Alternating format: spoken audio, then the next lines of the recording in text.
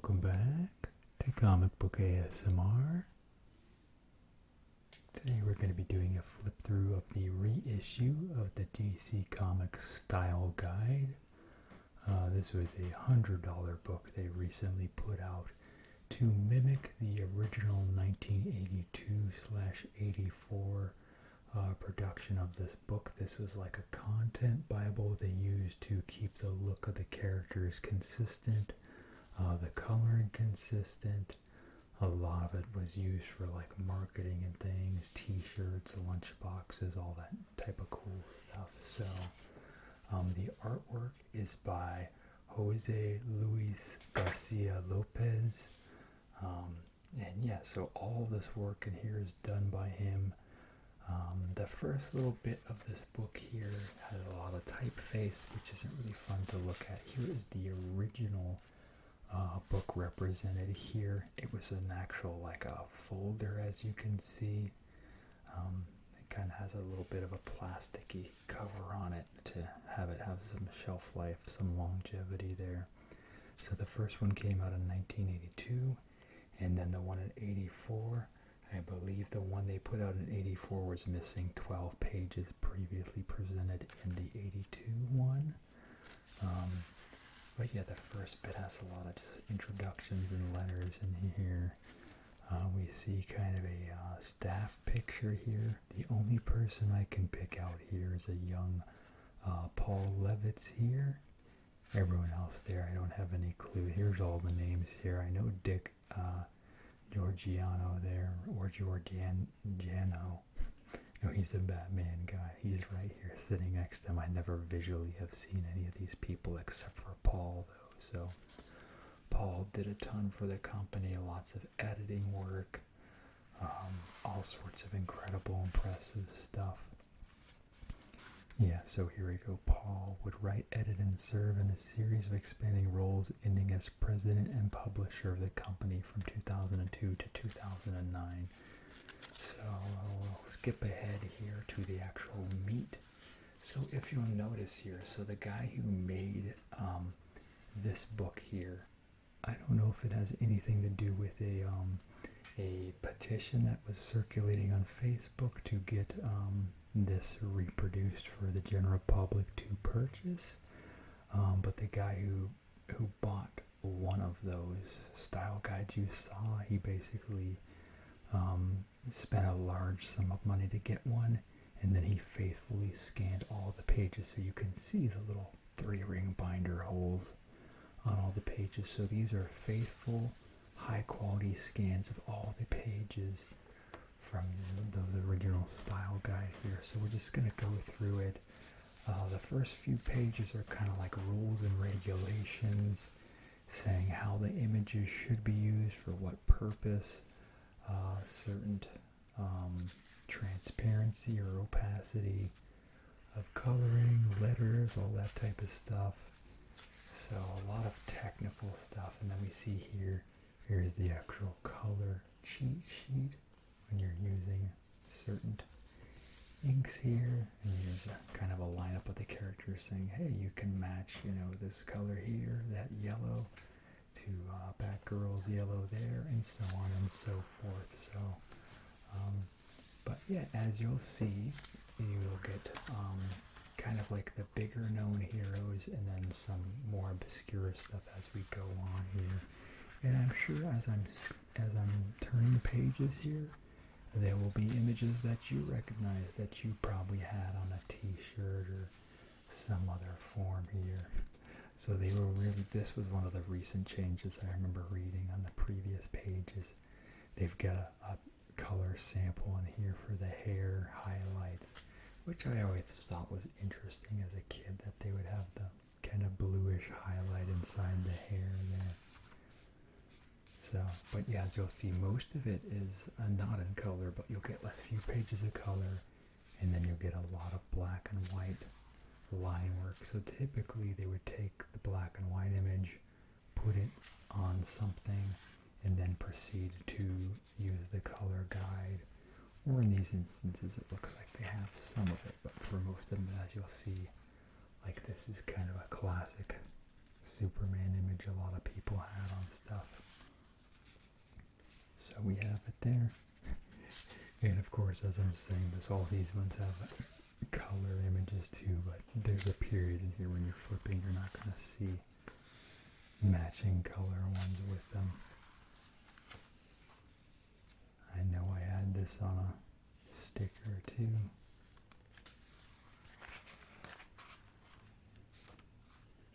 Some of this here as well. Yeah, most of the Superman ones really kind of seem familiar to me.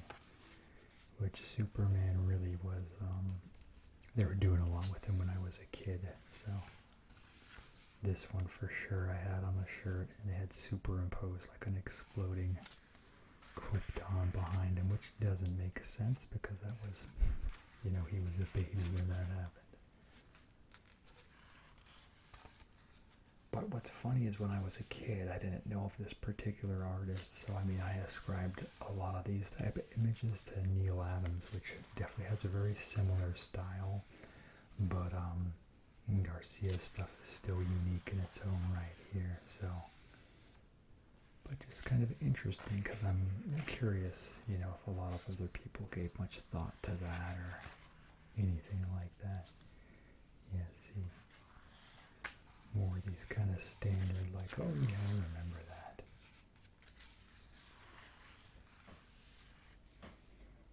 I know they did an omnibus of his artwork recently, and I think they used that for one of the covers. And we see a nice, like, newspaper image here. And then it moves into Supergirl.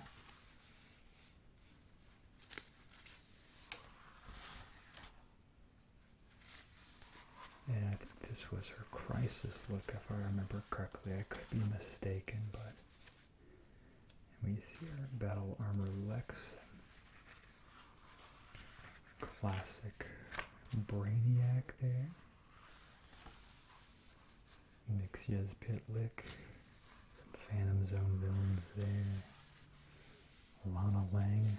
I wonder how much Lana Lang merchandise is floating around out there.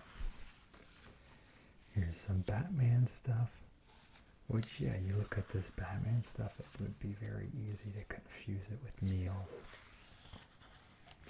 But no, it's solid and stands on its own, and pretty impressive stuff. I was bummed. He was at one of the conventions I went to, but it wasn't well publicized, and his area wasn't well marked when I was in there, because I definitely would have loved to have met him and gotten something signed by the time I realized that it was too late. But yeah, look at the villains here.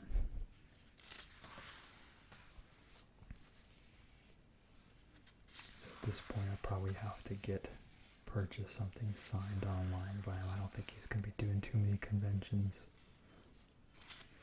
Although this wasn't that long ago, but it's been a while now, but you know. But yeah, a lot of these Batman images here were on things like birthday invitations and thank you cards and stuff like that I remember I had as a kid. He's definitely got like the realistic anatomy down. I know this was on the thank you cards if I remember.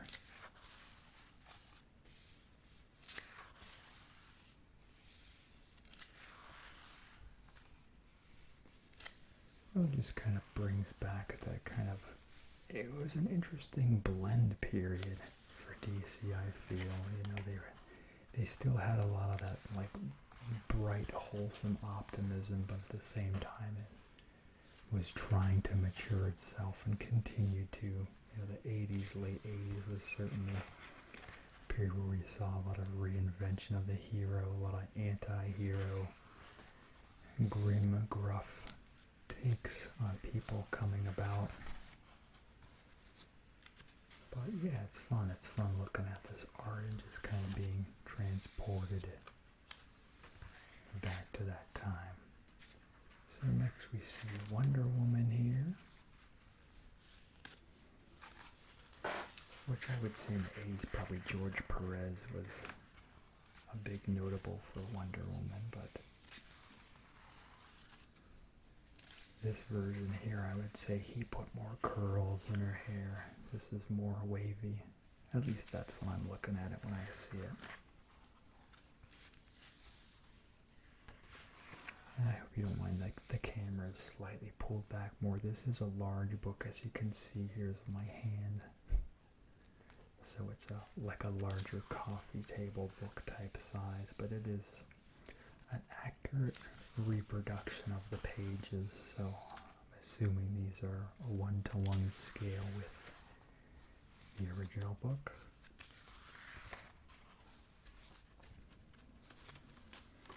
I wonder if anyone has taken these pages and like cut them and perforated the holes and put them in a binder to make like a full-on reproductive like folder of it all. I'm sure someone has. Lots of Wonder Woman images here though. And then it goes right into Shazam, which surprised me, honestly. I didn't think Shazam was kind of that much of a big to-do in '82. But I could be wrong, but yeah, I don't remember him being that huge.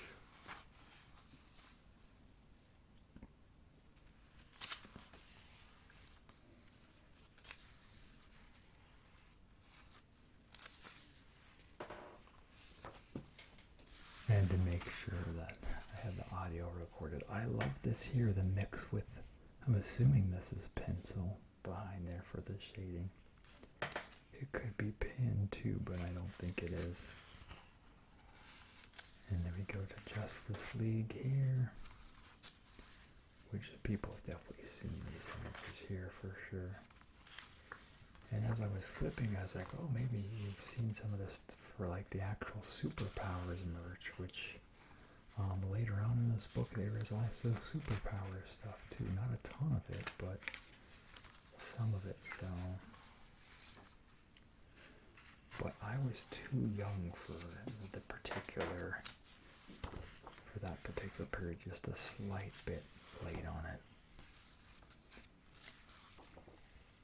See, the biggest stuff when I was a kid was, when the Batman movie came out, Batman was everywhere.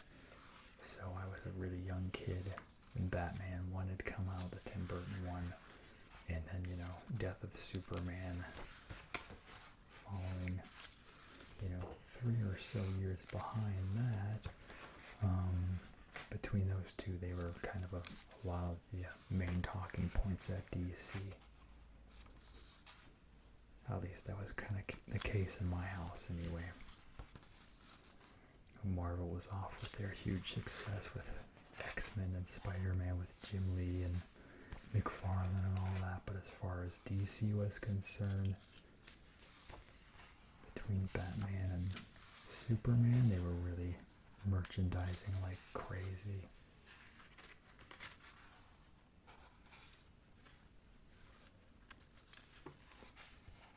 So we've moved on to the Green Lantern here.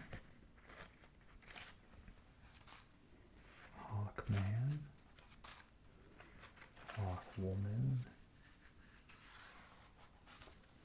Firestorm.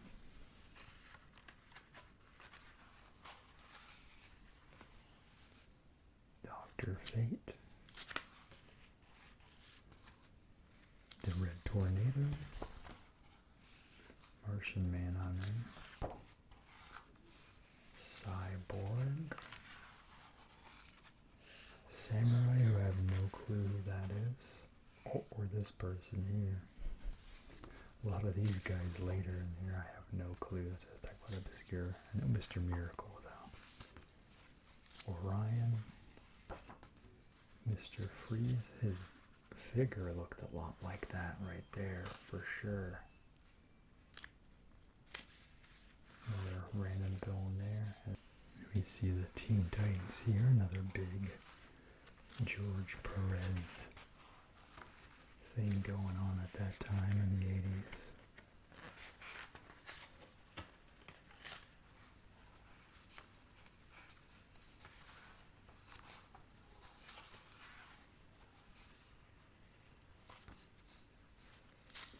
And I have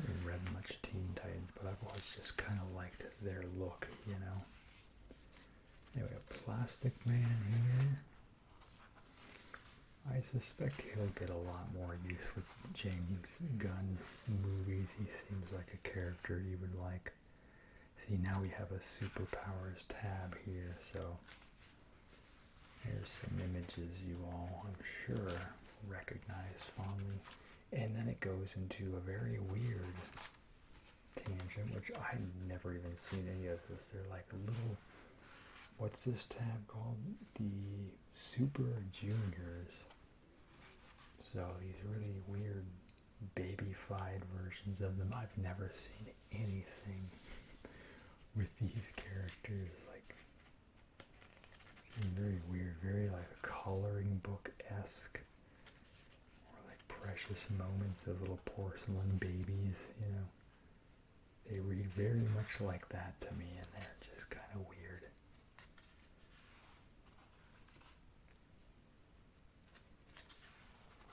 And then there's some more superpowers there.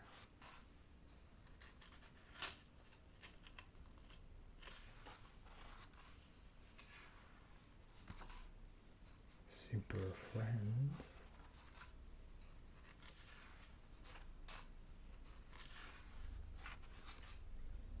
More superpowers.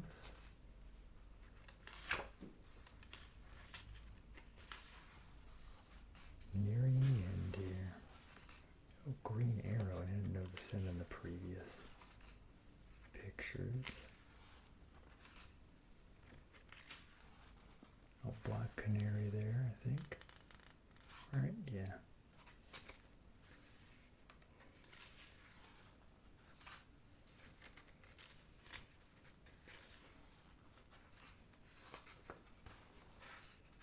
Alright, and that looks like it. So, created by Luis Garcia Lopez, Dick Giordano. Todd Klein did the lettering, I know for sure. And the others I don't recognize. But how about you? Do any of you recognize those people or not? Here's our special thanks here.